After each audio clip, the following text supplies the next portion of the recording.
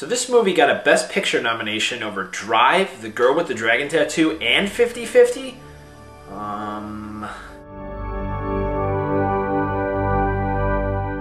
How's it going, everybody? Welcome to the Film Review, episode number 58, and the film I'm going to be reviewing for you guys today is Extremely Loud and Incredibly Close. Extremely Loud and Incredibly Close is directed by Stephen Daldry, who previously directed Billy Elliot, The Hours, and The Reader, and it stars Thomas Horn, Tom Hanks, Sandra Bullock, Max von Sydow, John Goodman, Viola Davis, and Jeffrey Wright.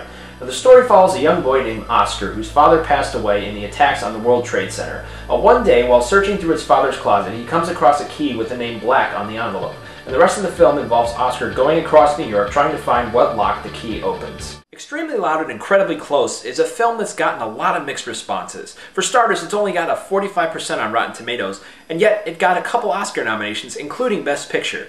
But to me, this film is just one mixed bag. I'll start with the good things, though. For the most part, the performances here are pretty good. Thomas Horn, I think, does a really good job as Oscar. Considering this is his first acting role, he does a very good job playing the troubled child.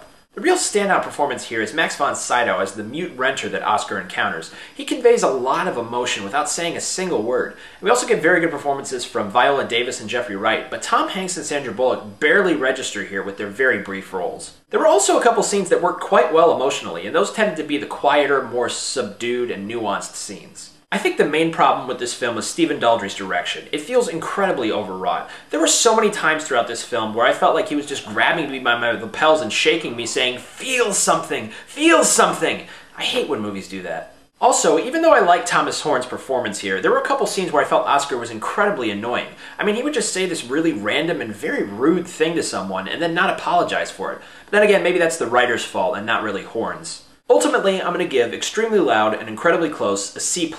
It's not an absolutely god-awful movie, but then again, it's not a very good movie either. It's just one of those movies where you just kind of leave the theater going, meh, that's about it. So that's it for this review.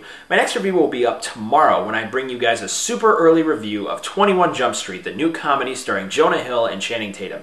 And if you like this review, hit that subscribe button up there so you can get more reviews from me. Anyway, thank you for watching, and I will see you on the other side.